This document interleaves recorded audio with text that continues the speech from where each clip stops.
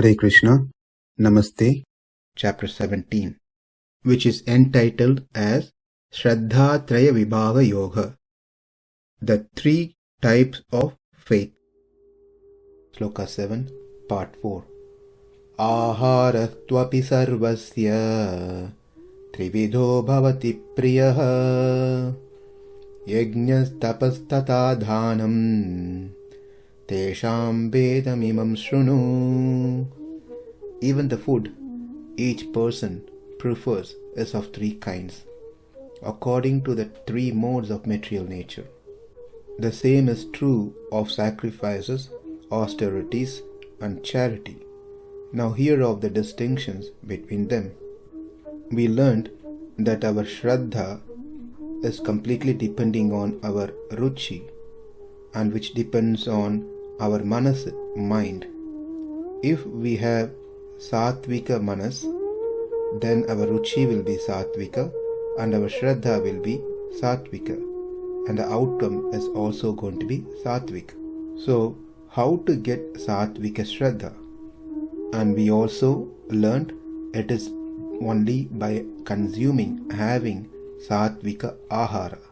Not just this lifetime, we should start from this lifetime and it continues to generate a positive sattvic impression, vasana, which makes the consciousness of the Atma to associate with the mind, which will be of sattvika, and that leads one to sattvika ruchi, and that generates sattvika shraddha, by which one does religious and spiritual activities and get the spiritual benefits. If my vasana, the impressions, are rajasa, then my desire, ruchi, will also be rajasic, and my shraddha will also be rajasic, and that will fetch me result which will be mixed with miseries. Whereas if my vasanas are tamasa, then my desires will be of tamasic, and the shraddha will also be tamasic, and that will fetch me result which is full of miseries. So sattvika shraddha gives good result, rajasa shraddha gives mixed result, tamasa shraddha gives only miseries. Let's remember that the manas, mind, and the senses, indriyas, travels from one body to the other body. It is the same senses, same manas that get carried to different bodies as the soul moves. Because I get a new body doesn't mean that I get a different manas and new set of indriyas. When we travel international, we carry the same passport. Each time we do not renew our passport or get a new passport. The only difference is the passport has an expiry date, it has to be renewed, whereas the manas and indriyas that we carry never expires, doesn't need to be renewed. Of course, our manas and indriyas also has an expiry date, that is when we are ready to leave this body to go back to Krishna. So the point here is that we must understand that the indriyas and the manas, we've been carrying that for many lifetimes, which means they carry the modes, the three modes, the modes that they are being nurtured with. In previous life, if I was eating tamoguna food, then my indriyas and manas are nurtured with tamoguna. If I was eating rajoguna food, then my mind and senses are nurtured with rajoguna. Likewise, if I was having sattvaguna food, then my mind and senses are nurtured with sattvaguna, which get carried to the next birth. In other words, if one was consuming sattvika āhāra in the previous life, one will desire to continue having sattvika āhāra this life. If one continues to have sattvika āhāra this life, in the next life one will desire to continue to have sattvika āhāra. But if I had rajasa āhāra in the previous life, my ruchi will be towards rajasa āhāra this life. Likewise, if I had tamasa āhāra in the previous life, I would desire to have tamasa āhāra this life as well. But what has been told now should not create a conclusion that we cannot change our habits. Because it's all driven by my vasanas, I have no control to change them. In my previous life, I had a tamasic lifestyle. Therefore, currently I have to continue, or I will continue, a tamasic lifestyle. And in future also it will be the same. Because I have no control or option to change the gunas as they are carried from many lives. It is a default program. What I am now is defined by my previous lifestyle. It would be nice if we apply the same logic in all other aspects as well. If someone behaves bad to us, we don't think it is because of their previous vasana which is influencing them through the three modes they behave like this. We immediately react to that person. We try to correct that person. We try to punish that person.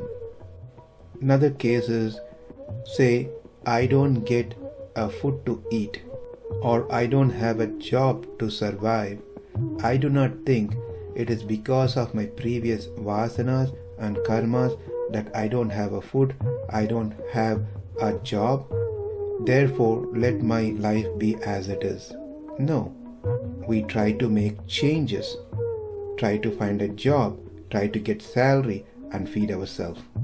So the idea that people have, I was like that before and I will continue to be like this now and in future, because I can't change, I can't control my vasanas.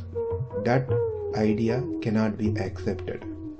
As we are trying to change ourselves in other areas, we can also try our best to change our vasanas. If we cannot change ourselves, then why do we have the Shastras?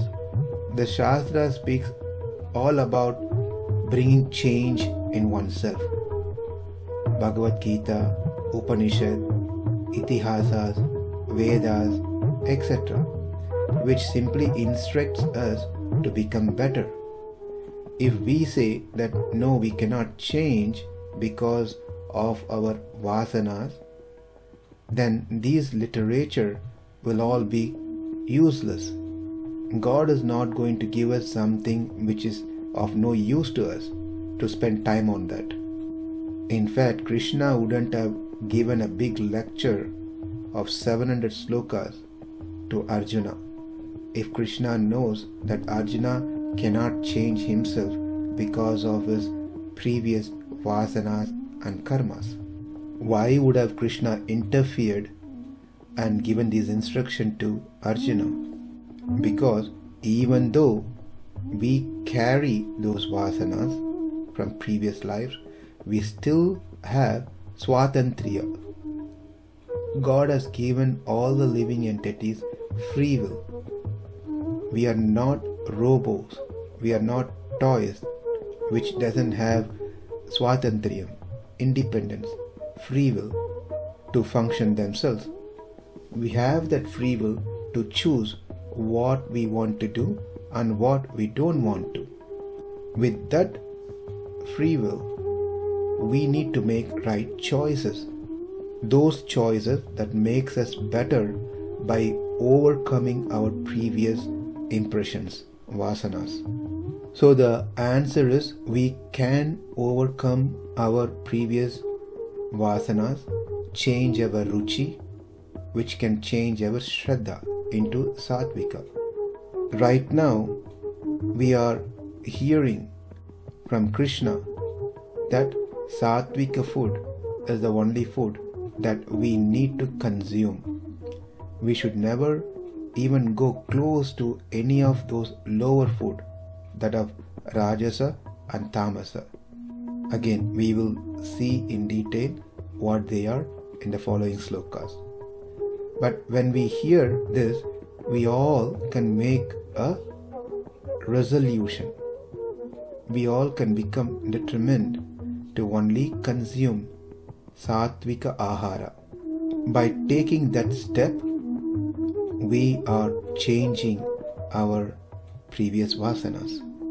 To make a complete change within a day, it may be challenging, but one should have that as a goal and move towards that by altering our food habits in a gradual way.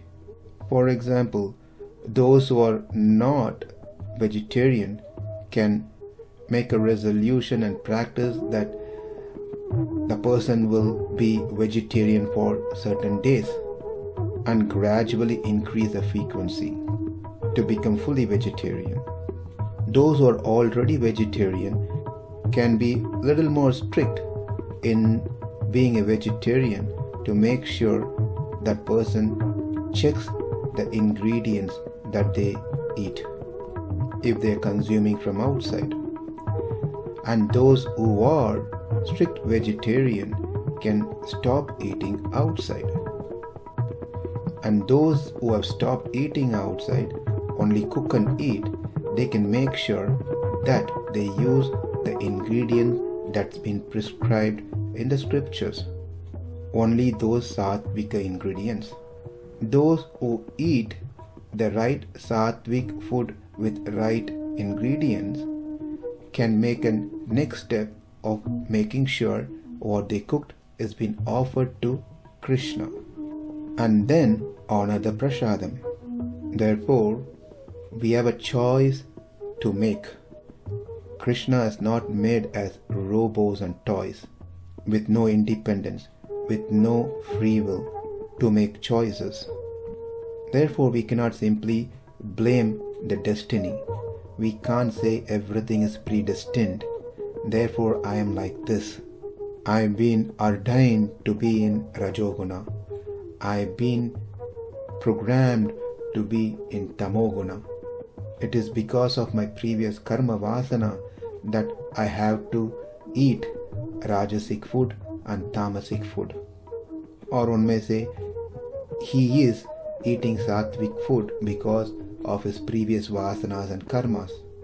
All this sounds okay, but we still can change ourselves to become better.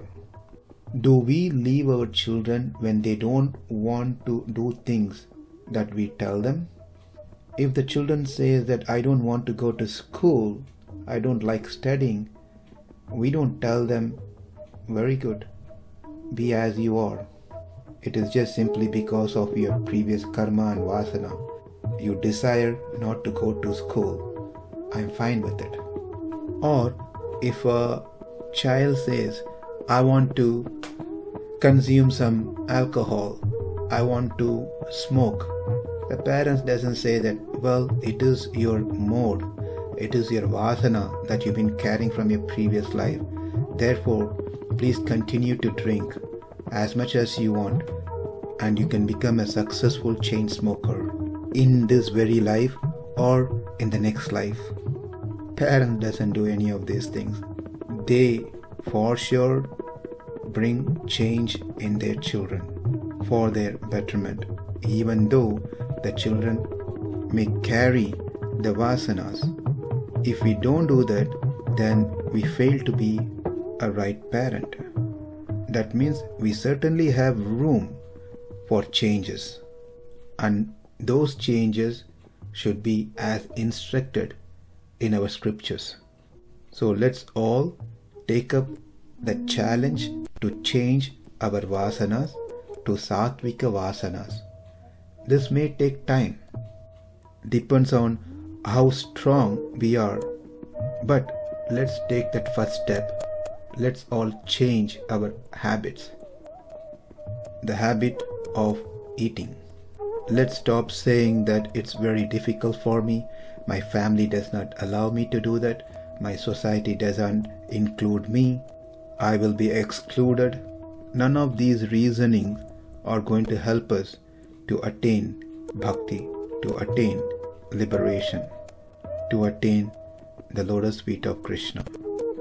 Our body should be kept and treated only as much as it's needed for us to live in this world. So by feeding the body with sattvika āhāra, one cultivates mode of goodness. When one becomes situated in mode of goodness, then one can understand that this body is not me. I've been thinking wrongly all these days that I am this body, and I've treated this body so much, thinking it will only give me happiness, but in reality, it gives me more distress. In the Sloka, Krishna says, āhāras tvapi, even the food. When you say even, that means something else was already told earlier. What was told earlier are also of three kinds, which is śṛṇa, sattvika śṛṇa, those who worship the devatas, rājasa śṛṇa, those who worship the yajñas and rakshasas, tamasa śṛṇa, those who worship the ghosts and spirit of dead ones. With that introduction in this 7th sloka, Krishna elaborates what are sattvika āhāra in the 8th sloka, and then he goes on explaining rājasa āhāra in the 9th sloka and tamasa āhāra in the 10th sloka.